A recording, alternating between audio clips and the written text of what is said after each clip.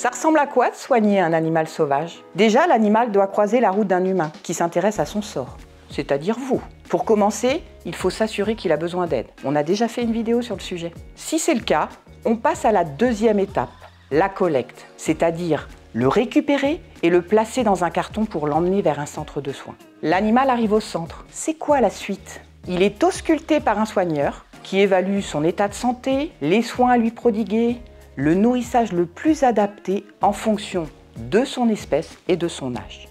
Puis il est placé dans un espace adapté. Pour nous, ce serait un lit, mais pour lui, c'est plutôt un box ou un clapier. Lorsque la santé de l'animal est stabilisée, on passe à l'étape suivante, la rééducation. Il peut être placé dans une volière ou dans un enclos avec piscine pour retrouver toutes ses capacités. C'est comme pour nous avec un kiné. Il est parfois placé avec des congénères, également en soins, pour favoriser les contacts sociaux importants chez certaines espèces, comme les canards ou les écureuils. Les soigneurs le surveillent de près et une fois qu'il est totalement rétabli, vient la dernière étape, la plus belle, le relâcher.